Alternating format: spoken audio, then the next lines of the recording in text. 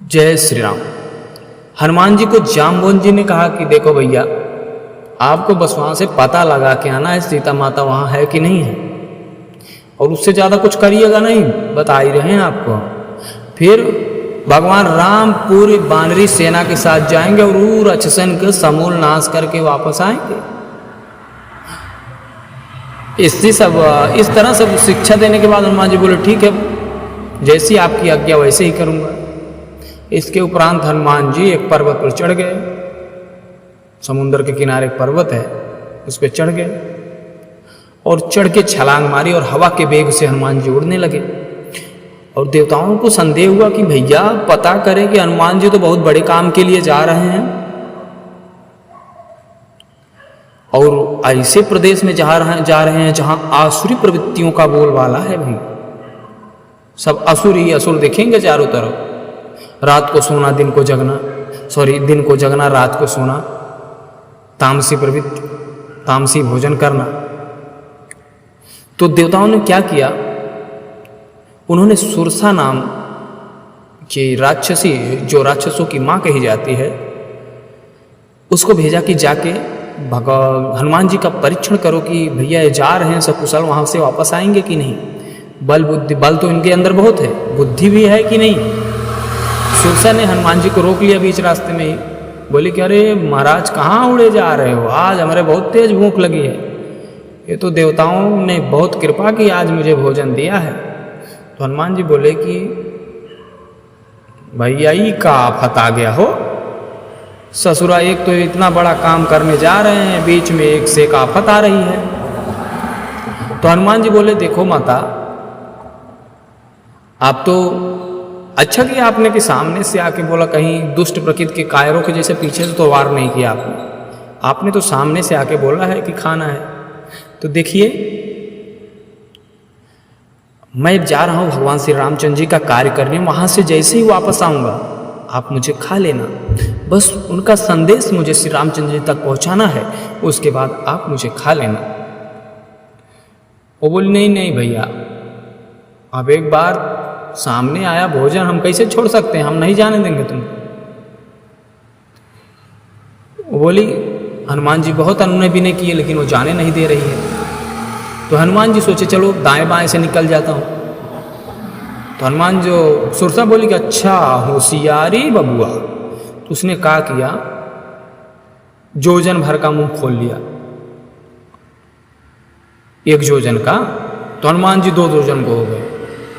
जोजन भरते ही बदन पसारा, कपितनु कीन्ह दुगुन विस्तारा। और हनुमान जी दोगुना विस्तार कर लिए अपना से। तो यही क्रम चलता रहा और हनुमान जी उससे दोगुना, जितना वो बढ़ाती अपना मुंह, उससे दोगुना होते जाते। और सत जोजन तेहि आनन कीन्हा, अति लघु रूप पवन सूत लीन्हा। और उसने क्या किया कि 100 जोजन का मुंह खोला। तो हनुमान जी ने अत्यंत छोटा स्वरूप बना के उसके मुंह में जाके वापस आ गए। बोले हे माता, मैंने आपकी इच्छा पूरी कर दी, आपके मुंह में जाके मैं बाहर आ गया, अतः अब मुझे जाने दीजिए। तो फिर सुरसा ने कहा कि हे पवन पुत्र, मुझे देवताओं ने, सुरसा खुश हो गई, उसने कहा कि हे पवन पुत्र, मुझे देवताओं ने आपका परीक्षण करने के लिए, आपकी परीक्षा करने के लिए, आपकी बुद्धि को जांचने के लिए मुझे भेजा था, अतः आप बल और बुद्धि में अग्रणी हो, इसीलिए जाइए और आप भगवान श्री रामचंद्र जी का कार्य करके वापस आइए। हनुमान जी वहाँ से जैसे चले हैं, आगे बढ़े तो एक राक्षसी निशिचर एक सिंधु मह रही, करि माया नभ के खग गहे। समुद्र में एक राक्षसी रहती थी, जो पक्षी जीव जंतु जो गगन में उड़ते थे, जो आसमान में उड़ते थे, उनकी छाया को पकड़ लेती थी और छाया पकड़कर खींच लेती थी और वही उनका आहार बनाती थी। और सोई छल हनु मान कह कीन्हा, तासो कपट कपि तुरत ही चिन्हा। और वही छल उसने हनुमान जी के साथ किया। तो हनुमान जी समझ गए कि भैया अब तुमको निपटाना पड़ेगा, और हनुमान जी आके उसको ये गदा मारे हैं और वहीं उसके कहानी खत्म हो गई। सुरसा से विदा लेके जैसे ही हनुमान जी आगे बढ़े हैं तो एक राक्षसी जो समुद्र में रहती थी वो हनुमान जी को खींचने लगी उनकी छाया पकड़कर। तो हनुमान जी बोले ससुरा एक आफत से तो फुर्सत मिली, दूसरी आफत कहाँ से आ गई। तो हनुमान जी समझ गए भैया ये बिना वार्ता के बिना कुछ बातचीत के मेरे साथ छल कपट कर रही है, तो इसको तो निपटाना ही पड़ेगा। तो हनुमान जी नीचे आए और उसको निपटा दिया।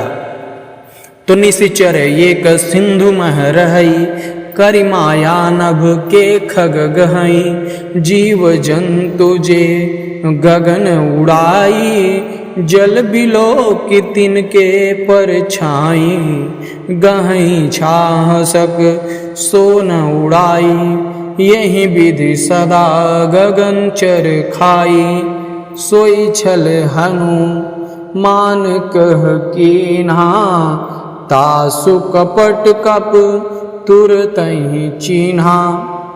तो उसका कपट हनुमान जी तुरंत पहचान गए और उसको आके उन्होंने खत्म कर दिया। तो आज आपके साथ भी जो कपटी स्वभाव वाले हैं, सामने से कुछ बन के आते हैं और पीछे कुछ और रहते हैं, तो ऐसे लोगों को निपटा देना ही किसी बड़ी समस्या का संपूर्ण समाधान, मूल समाधान हो सकता है। अन्यथा आप इनके जाल में इसी तरह फंसते रहेंगे।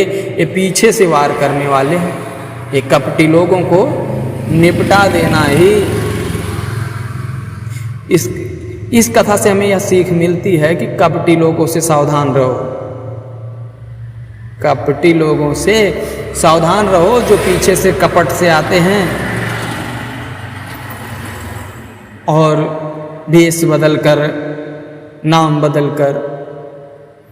क्योंकि जितने भी राक्षसी प्रवृत्ति के लोग हैं, तामसी प्रवृत्ति के लोग हैं, जिनके ऊपर तामस, निद्रा, आलस्य, प्रमाद हमेशा निद्रा, आलस्य, प्रमाद के हमेशा वशीभूत रहते हैं, वे हमेशा अपनी पहचान छुपाएंगे। आप याद रखो, हमेशा आप अपनी पहचान छुपाएंगे। जब आपको अपने अधीन कर लेंगे तब वो अपनी पहचान बताएंगे कि मैं भैया साधु नहीं हूं, मैं रावण हूं, रावण। तो भैया वो रावण भल था, लेकिन आज के कपटी लोग भल नहीं हैं। इसके लिए इनसे सजग रहें, और जहां आप जब भी इनके जाल में फंसे तो इनका समूल नाश कर दें। प्रतिशोध की ज्वाला आपके अंदर होनी चाहिए। हनुमान जी से ये सीखना चाहिए आपको। समस्या ये है कि आज हर किसी को राम बनना है, हर कोई चाह रहा है कि राम बने, राम का आदर्श उसके अंदर आए। भैया राम का आदर्श आप अपने अंदर तभी लाइए जब आप राम, भगवान श्री रामचंद्र जी के इतना आपके अंदर सामर्थ्य हो। अन्यथा आपको राम बनने की आवश्यकता नहीं है। जब आपके अंदर उतनी शक्ति नहीं है तो आप राम का आदर्श लेके आपको सब पीट देंगे भैया। अगर बनना ही है ना तो उनकी सेना का एक बंदर बन जाओ, कल्याण हो जाएगा। हनुमान जी कभी राम बनने की जरूरत नहीं की, उन्होंने कभी नहीं कोशिश किया कि मैं भगवान श्री रामचंद्र जी के आदर्श हमारे अंदर आ जाए, बल्कि वो तो उनके अनन्य भक्त थे, अनन्य भाव से उनकी सेवा करते थे। लेकिन उनका जो आदर्श था, उन्होंने अपना कभी आदर्श नहीं छोड़ा। वो बंदर थे तो बंदर वाला ही प्रकृति उनके अंदर थी, वो कभी राम बनने की कोशिश नहीं की। और यही वजह है कि भगवान श्री रामचंद्र जी ने उनको कहा कि तुम मम प्रिय भरतहि संभाई, कि हे हनुमान तुम तो मेरे परम प्रिय भरत के समान प्रिय हो, मेरे भाई भरत से जैसे प्रिय हो तुम। प्रति उपकार करऊँ का तोरा, सन्मुख होई न सकत मन मोरा। कि हे हनुमान जी, मैं आपका प्रति उपकार क्या करूं? आपने मेरा इतना बड़ा कार्य किया है, उसका प्रति उपकार मैं क्या करूं? मुझे समझ में नहीं आ रहा है। मैं आपके सामने खड़ा नहीं हो पा रहा हूं, सर नहीं उठा पा रहा हूं। सन्मुख होई न सकत मन मोरा। तो इसलिए आप सबसे निवेदन है कि कृपया राम बनना छोड़ दीजिए। आप नहीं, कोई भी राम नहीं बन सकता है, क्योंकि भगवान राम वही बन सकता है जिसके अंदर उतना सामर्थ्य हो, उतनी शक्ति हो, जो समुंदर को सुखाने की शक्ति रखता हो, वह राम बने तो ठीक है, अन्यथा आप